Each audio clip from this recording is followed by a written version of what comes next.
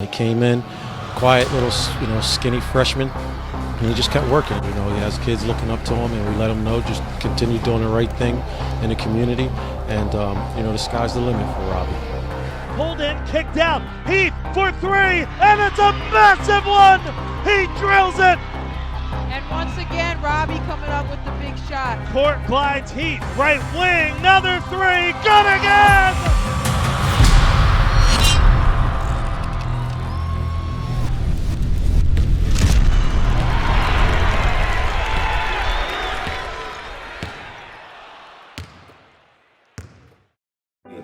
A sweet 76ers hat, a small joint for kids. So I fly back to Melbourne, have my carton of Newports, all that, doing what I do. And I give Robbie his hat. So me and Carrie talking, and Robbie comes out. Robbie's little then, Robbie real little. He comes out of the back room with the 76ers hat on, talking about the #1 pick in the 2022 draft, Robbie Heath. Because Rob was so dedicated, so focused, and so committed to making it. Since he was 8, he's getting to the NBA. There was nothing that's going to stop him. Board.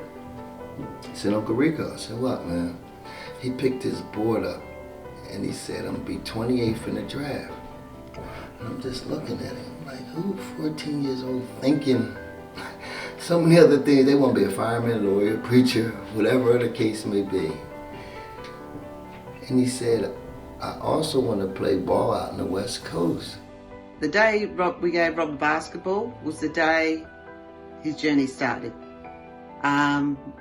He slept with the basketball, he dribbled around the whole town.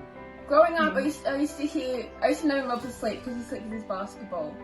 And when you hear the ball dribble on the floor, I'm like, yeah, Rob's asleep. Yeah, exactly. Because he always slept with his basketball. He's the first person up, the last person to go to sleep, because he'll be running or training or watching film. I feel ever since Robbie was 6, 7 years old, that he put himself in position to succeed because he always worked hard. He had a few ups and downs in his junior career. There was one day where he went for a tryout for a rep side, and they had to dribble up the court right-handed, then dribble it back down the court left-handed. Well, Robbie was about 6 or 7, and he didn't know he couldn't dribble left-handed. He hadn't practiced that. Robbie being Rob, he wasn't happy at all. So he wasn't happy that all the kids could dribble left-handed except him. He didn't like that. He didn't, oh, that's not good. So he was determined to, get better, improve, and be the best.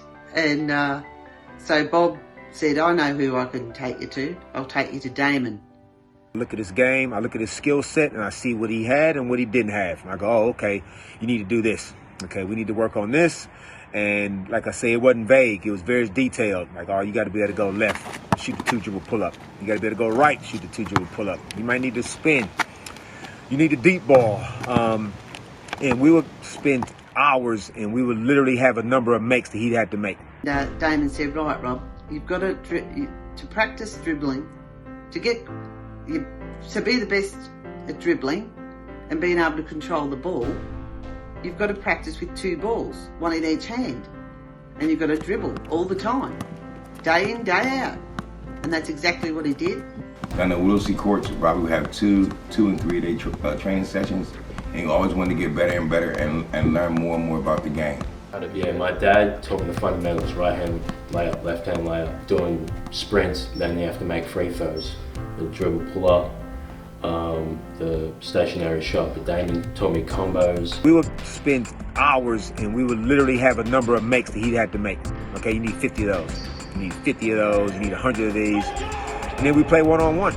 And we'd incorporate all those drills and all those skills that we've been practicing into his game. And we put into some hard battle. Like, Damon has all these games recorded. And most people are just watching the games just to watch them.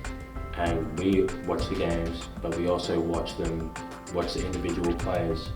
Like, if he does this move, okay, we run this down, we're doing it 50 times, we have to do 50 makes from that move. We're studying the game.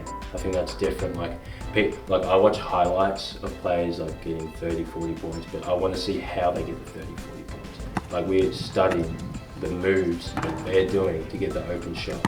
It might be as simple like jab step and still go right, but like how is that effective to his game so I can put it in my game, you know what I mean? So I want to have unlimited moves. And it's always been about scoring at every single level. Score at every level. That's what me and Damon always want to do. Just want to play varsity basketball, have fun, and then when he saw, our captains. Didn't know what he was getting into when he moved to Abington in 8th grade with sights set on playing basketball for the Ghosts. He didn't feel he lived up to expectations last year. Heath is determined to do better. But I'm never scared while I'm lifted. 1, 2, 3, 4, work. 1, 2, 3, 4. Robbie was a special player at Abington because of his confidence and his ability to perform in all sorts of situations. A lot of times we call it a big game Rob, because in a big game like the Coachville championship game where he had 30, you just knew you could count on him to come in and perform. Heath finished with a double-double in rebounds and assists. Coach really helps me to get some. I think over the years he took on so many more roles because his game just improved so much. He became a great playmaker. He was always 1 or 2 in assists on the team. He would take on any challenge defensively. He even in practice, he would guard me full court, 94 feet, and he would do that to anyone. He wasn't scared of anyone. He'd take on any challenge. He became a great playmaker. He became a great clutch playmaker also. He had a lot of, and not just end of game situations, but throughout an entire game, like must-win games, or big games. He was a big game player, and it was amazing to see his progression because like I said, I saw up close, and I saw how hard he was working and how he was translating that into the game. After scoring the 1,000th point of his Abington career and helping his team to the District 1 semifinals with a 67-49 win over Penwood. Yeah, the 1,000 points with a cherry on top. Glad we came up with a win. Like people at school saying, you're 20 points away, you're 20 points away. Just was on the back of my mind. But as soon as the game started, the adrenaline was pumping, and I'm just glad I got my 1,000 points tonight and we got the win. But him being supremely confident, that really pushed him over the level of a lot of guys in high school.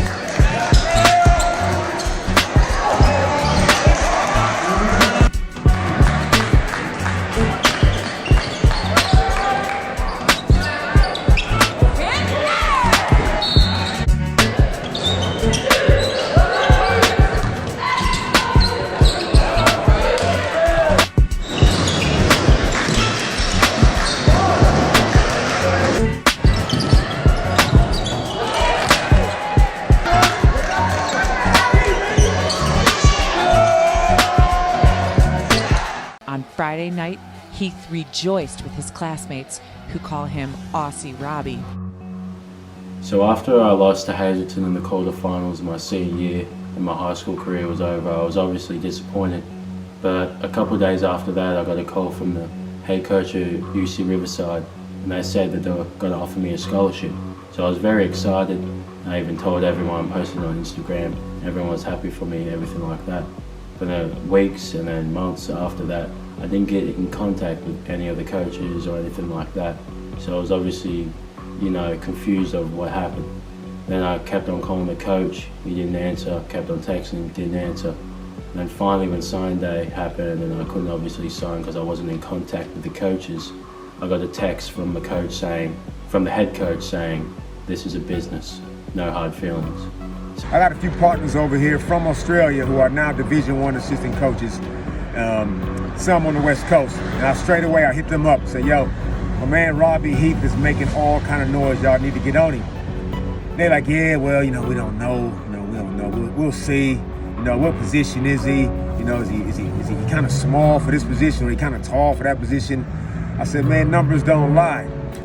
At graduation, when I looked in the booklet next to my name, it said undecided. That was probably the lowest point in my life, because it was realization that I had no D1 offers after my stellar high school career. The amount of stop signs that people have tried to put up, they've tried to trip him, they've tried to just crush his spirit, they've tried to tell him that he's not good enough. The adversity came ever since I was young. I was cut from so many teams in Australia. Vic Metro, Dante and Ben played for them. Vic Country, like Matthew Dellavedova played with Vic Country, and I got cut from those teams. So I couldn't go to the Australian Institute of Sport. That was my first goal of basketball. That's like going to like Montverde Academy or something like that. That's the comparison. But I couldn't get on that national stage, so I had to come over here to play basketball. And then the basketball community in Australia is really small, you know, especially with the Black American family. You know what I mean? When you have the kids, you know what I mean? Like Cecil Exner, him and Desiree, what's up, Des? Des was cool. You know what I mean? They had Jamar, then they had Dante and his twin sister. Dante turns it out as a youngin', 14, 15. Then here comes Ben Simmons. Then here comes Thorne Maker up in Sydney. You see what I'm saying? And all of a sudden, here comes Robbie on the second division level. They wouldn't let Robbie go to the Australian Institute of Sport. That's what he was talking about before. That's when his mom told me when Robbie dropped 17 in the first half, they don't play in the second half for Broadmeadows against Bendigo. He dropped 2, finished with 19, he dropped home. She's like, yo, we gotta get Robbie out of here. He's gonna have a shot. Where you from? I'm like, damn. I said, okay. Like at 10, 12, he'd have adults heckling him. Oh, you can't do that. You can't shoot that. You know, this grown man in a grand final or championship game, as you call it. This grown man's heckling a little 12-year-old kid, saying, "Oh, come on, Robbie, you can't shoot that." And his older sister Chelsea was saying to the man, "Are you okay? You're talking to a 12-year-old boy." But Robbie didn't care. He loves people heckling him. That sets him off. You know what Robbie did? He didn't say anything. He just shot a 3-pointer and just smiled at the man and said, "Yeah, I can do it."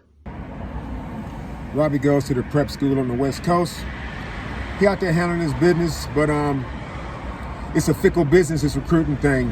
Whether they thought because it was a post-grad why he didn't get a good look, or whether it wasn't a real big name, you know, like Mount Verde or somebody like that, who knows why. But Robbie just kept balling. I always want to have the last laugh, so people were surprised by, well, I was surprised because I didn't get any D1 offers after prep school after putting up numbers, so it's like, what more like, I put the ball in the hole better than anyone I know, so like, how can I not get this D1 attention?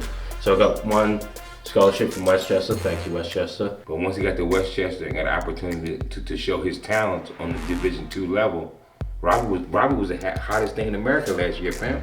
What else can I say? My son was the hottest player in America last year, Division II. So he did what he was supposed to do, drop 50. 37, 39. We looking at 28 and 20. We like, ooh, what else can we talk about, fam? But at Westchester, I didn't show my whole game, but I showed enough of my game for people to realise it.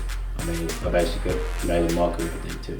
Like, this year, like, people were surprised that I wasn't. Like, I was dribbling 2-3 times past half court and pulling. I mean, not many players in Division 2 were doing that, if any, you know what I mean? So I took pride in that.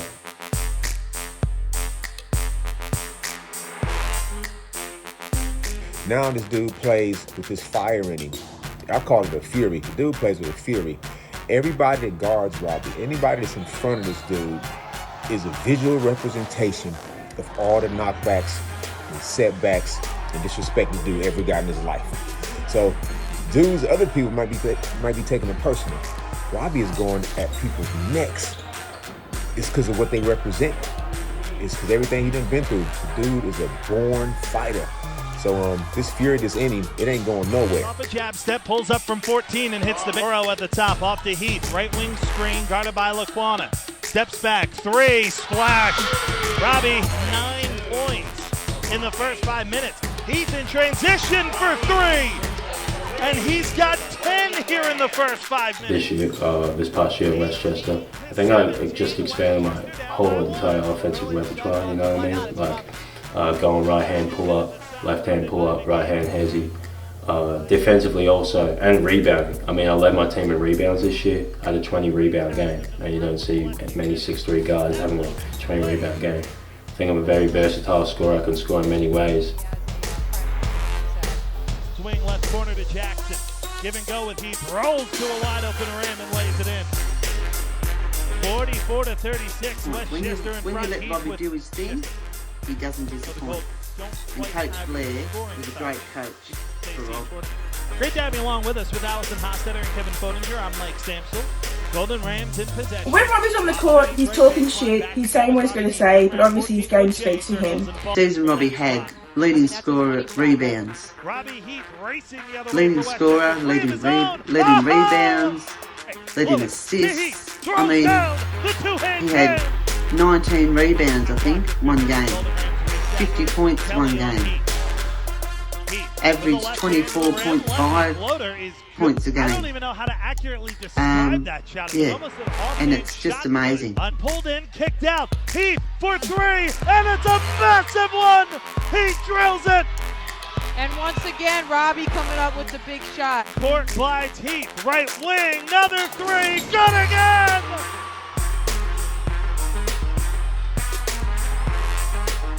What? Transition. Heath 1-on-3, fights through it anyway, puts up the floater and hits. Robbie Rams lead 9-7. Robbie had good control of his entire body on that layup, and that helped. Jackson gets to the wing now in the corner. Robbie Heath catch and shoot 3, count it. Robbie Heath knocks down the tray, and the Golden Rams foul line extended right out to Heath, right wing. Catch and shoot 3 on the way and good. 18 points here in the first half for Robbie Heath. Golden Rams lead 33-21. Right wing, right corner, it's Heath. Another catch and shoot 3, and Robbie Heath hits. 21 points with 6:20. Bangs bodies, double team rolls his way. Great backdoor cut to Heath, who goes with a reverse layup and lays it in. And gives to Heath chest high off the screen. Heath elevates, another 3, good again! Robbie Heath is 7 for his last 8 from the field, 4 for his last 5 from 3. He's got 26 here in the first half. Deep left wing, Heath crossover move, gets to the rim, hangs in the air and hits the floater.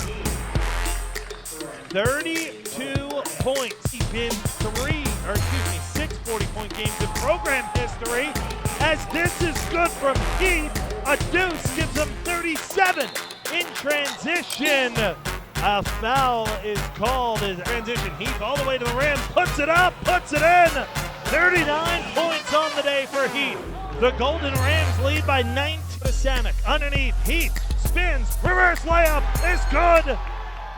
43 points on the day for you on the day. Looking to move in the second all time for 3, and he drills it. Wow. 46 points on the day for Robbie. We got for Heath. 97-93, Golden Rams lead 2 possessions. Heath second, good. That's 50 points for Robbie Heath. Just the second 50-point game in program history. And all I said at the end of the season was, now they know, Rob. Now everyone knows what we knew when you were 10. It's fantastic, and our family is so proud of him, and I'm really proud and happy for him. All this hard work he's done. His obsession and his dedication has got him into a Division 1 school in the United States of America. It's absolutely boggling. We're from the smallest town in the middle of nowhere, and I can't wait for them to have a sign saying Robbie Heath lives here, is from here. I've been pitching it. And he came to my house a couple days ago. I didn't even know this interview. He told me this interview was gonna happen, but I didn't expect to be here. I said, yo, you know, all that you said is transpired and come to life.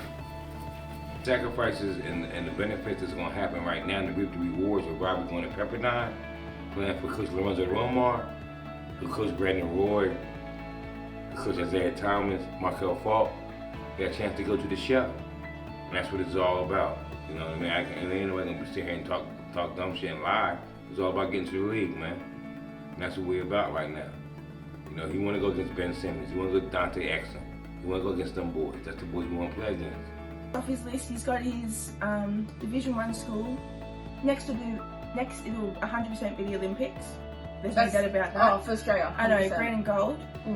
And then it'll be the league.